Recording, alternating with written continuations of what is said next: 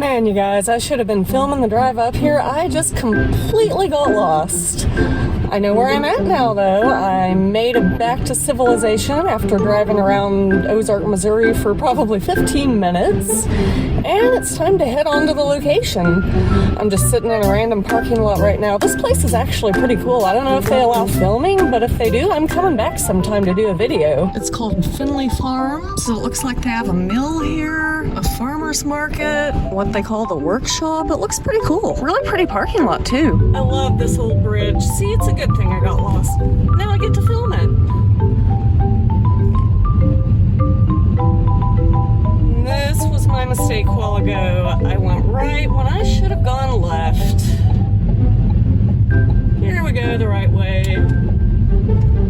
2.3 miles. We'll be at the location. 1.4 miles. That van in front of me is going pretty slow. I guess they don't know where they're going either. That is fine by me. One mile. It kind of seems like we've gone over a mile by now. I don't think I'm lost again. I'm just following that guy in front of me. Assuming they're going here too. By here, I mean the same place that I'm going. The cave. Is this it? This is it. We're here. Oh, that car wasn't going there. But we are. Uh-oh, I came on field trip day.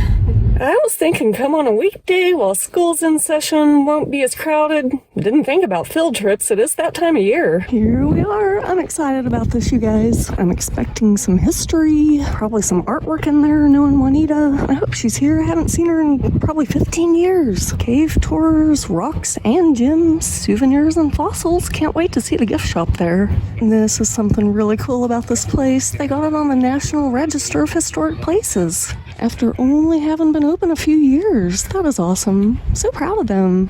The Valley of the Cave. It sounds like it should be a movie title. I love that. So much to see out here that I haven't even made it inside to get my ticket yet. What's this way? Is this it? That's it. There's the cave down there, you guys. Harriet Tripp fell and skinned her knee. She was in a hurry to get back to the car.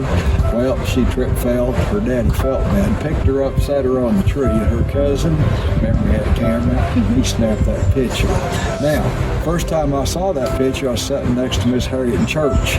She bumped me with her elbow. I looked over, she opened up her Bible, and right there was laying that picture. And I said, Miss Harriet, I have a copy of that.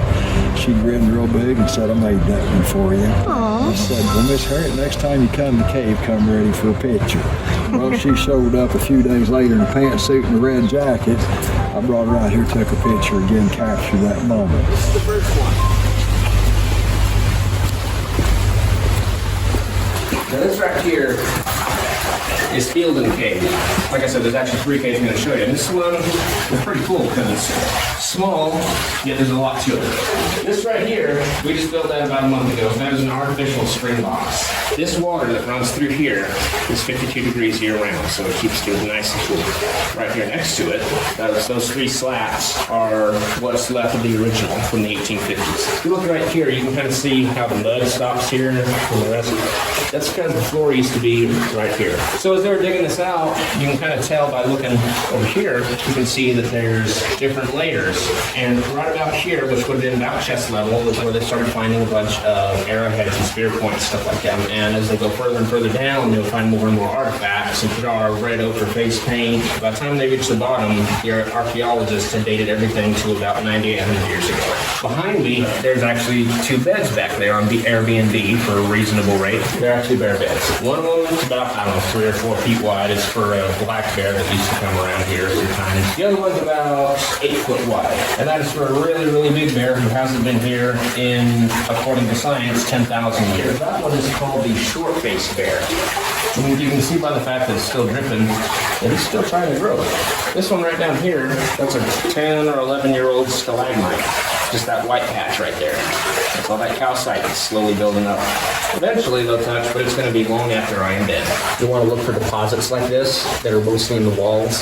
That's chert. That's that flint-like rock substance that the Osage, our predecessors, would have used to make arrowheads and spear pointing. During the Civil War, we had the Battle of Wilson's Creek. It was a Union victory the first time. Confederates came back and said, we want to rematch Confederate victory. Union came through again with the Union victory this time. But when they were victorious, they said, hey, we want to maintain this because this was such a hotbed area. It was bad. We had father against son, son against father, brother against brother. It was ugly, especially down further closer to Arkansas down here. What Kevin was saying earlier about how this was a gathering place. Folks did their laundry here. They had their picnics here. People talked here. Loose lips sink ships. We've all heard that one, and it's a common fact. So when the Confederacy came through again, they burned Camp Ground to the ground. Supposedly it was an impenetrable fortress, it was all up on Union Hill, what's now Union Hill subdivision, but it was not. The commander stationed one soldier, and he would report to a civilian named Tipton Smallin. He had a younger brother named Quincy Adams Smallin who ended up owning this cave. I have a feeling this is not going to translate well to video, but you guys, this place is amazing. This entrance is huge. The rules say you can't touch anything inside the cave. Well, this isn't inside the cave, so this is a huge chunk of limestone that came from up there. They took an iron bar to it and they knocked all of that down so we didn't have giant boulders rolling on our guests. That would ruin people's day. And what we have here, you can actually see it if you get right in here, is a bunch of crinoids. Now what a crinoid is you've probably seen them in like Finding Nemo and stuff like that. They sit down here on the floor and they just wiggle around and they eat stuff. They're spineless, brainless, like jellyfish and politicians and all that. I like to call this tangible history because you can get through and touch it, and it's really neat to be able to sit and touch something that's thousands of years old, because it kind of transcends the bonds of time.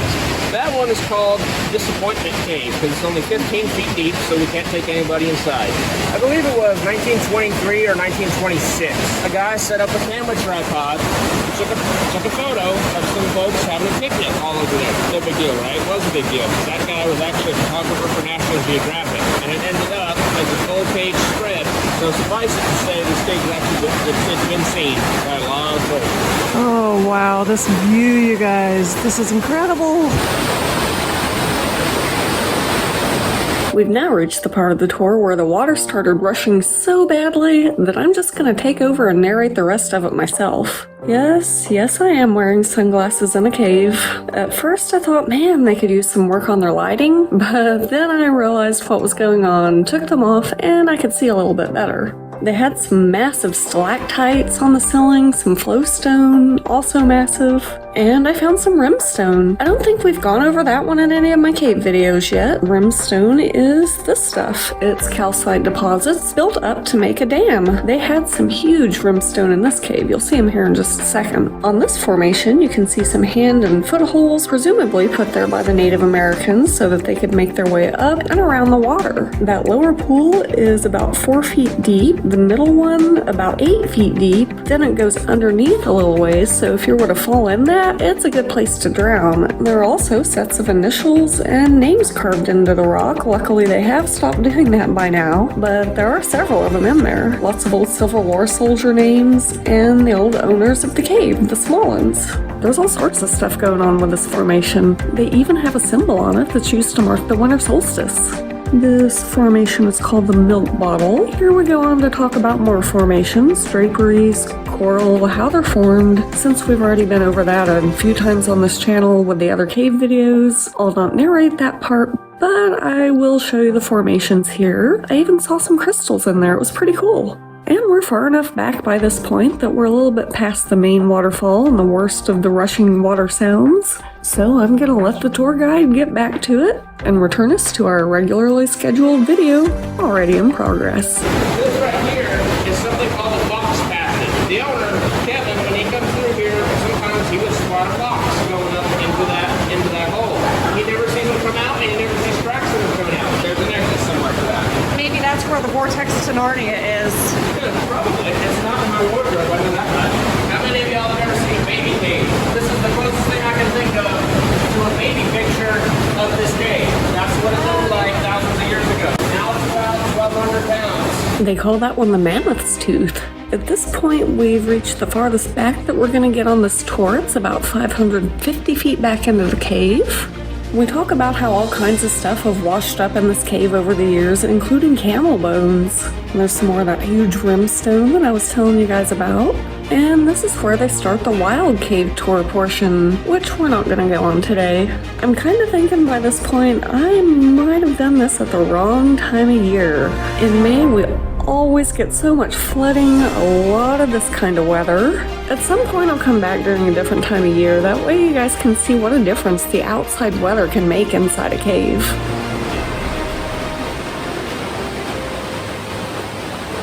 Here we are back at the entrance. Well, you guys, we're back out of the cave, and it is very impressive. I love those waterfalls in there. I might have to narrate over some of it because obviously with the water, I don't know how well that audio is going to turn out. One more shot of it. Bye, cave. Here's the Osage marker tree again. Just keep in mind if you come here, don't sit on this thing. Only Miss Harriet has permission.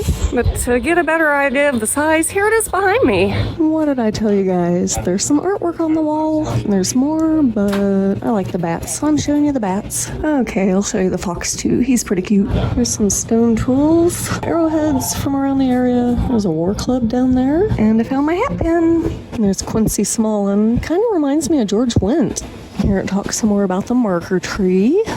That's cool. I would have liked to have been at that marker tree ceremony. One more glimpse of the cave. That was the first one we went into, I mean. Talk some more about the Ozarks during Civil War years. At some point I'll go up to Wilson's Creek Battlefield. I don't know when. Speaking of that, here we go. Look, it's a cannon. Pretty cool. That would have been heavy. Once again, it is warm in this car, you guys. Do you hear that air conditioner going on? I don't know why I didn't do the outro outside. You know what? Actually, let's not make this the outro. There is one more thing I want to show you guys on the way home. And here we are. I stopped off at Finley River Park because I saw this train on the way up here.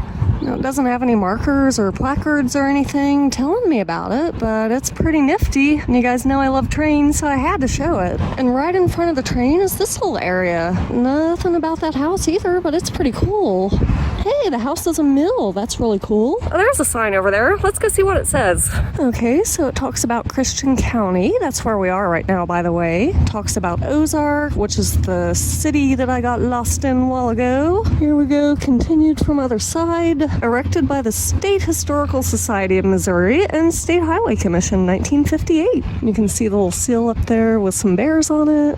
Oh, hi fishies. Look at all the minnows down there, you guys.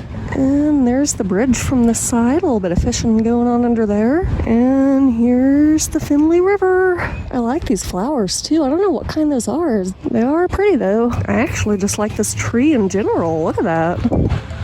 It was an exciting day. I like the cave. I like every cave, I know, but that was really impressive. And I made a new friend. The tour guide also has a channel, and there might be some collaborations coming up in the future. So I'm going to link his down below, Swiss Family Robins, and you guys should go check him out. Once again, thank you. Love you guys. See you next week.